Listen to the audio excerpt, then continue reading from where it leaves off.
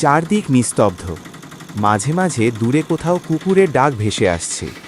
একটা পুরনো কাপা কাপা অটো ধীরে ধীরে ফাঁকা রাস্তা ধরে এগিয়ে চলছে। হেডলাইটের আলোয় ধুলো উড়ছে, আর তার মাঝখানে বসে আছে রঘু। রঘু খুব গরিব অটোওয়ালা। দিনে যা পায় তার বেশিরভাগই চলে যায় তার সংসার চালাতে। তাই রাতে ভয় থাকলেও সে অটো চালায়, কারণ পেটের দায় ভয় মানে না।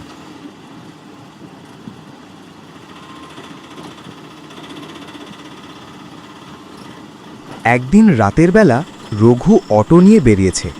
খালি রাস্তায় অটো চালিয়ে যাচ্ছে, কোনো প্যাসেঞ্জার ছিল না। কিছু দূর খালি অটো চালিয়ে যাওয়ার পর চারপাশে গাছপালা আর মাঝখান দিয়ে চলে গেছে রোড। আর এই রাস্তায় একজনকে দাঁড়িয়ে থাকতে দেখে রঘু, আর ওই লোকটিও হাত দিয়ে অটো দাঁড় করাতে বলে।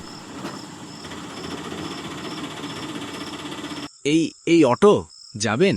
এই রাতে কই যাবেন? শ্মশানতলা রোড, শেষ মাথায় নামাইবেন। ওই রাস্তায় তো কেউ যায় না রাতে।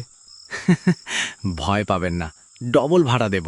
ঠিক আছে। তারপর ওই লোককে অটোতে নিয়ে যেতে লাগলো রঘু। শ্মশানতলা রোডে নাকি যাবে। অটো ধীরে ধীরে সেই রাস্তায় ঢুকে পড়ে।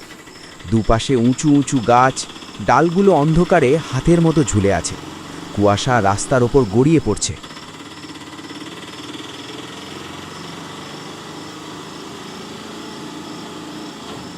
পাকা রাস্তা শেষ করে কাঁচা রাস্তায় প্রবেশ করে রঘু। কাঁচা রাস্তাটি ছিল উঁচু নিচু, আর দুপাশে ছিল বড় বড় গাছ, আর কিরকম একটা ভয়ানক পরিবেশ।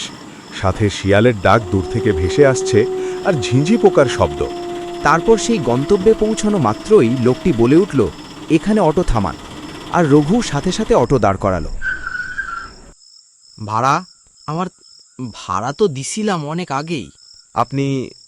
আপনি কে? আমি সেই লোক যে 3 বছর আগে এই রাস্তায় অটো অ্যাক্সিডেন্টে মরেছিলাম। আমার অটো ড্রাইভার পালিয়ে গিয়েছিল। বাঁচাও, বাঁচাও!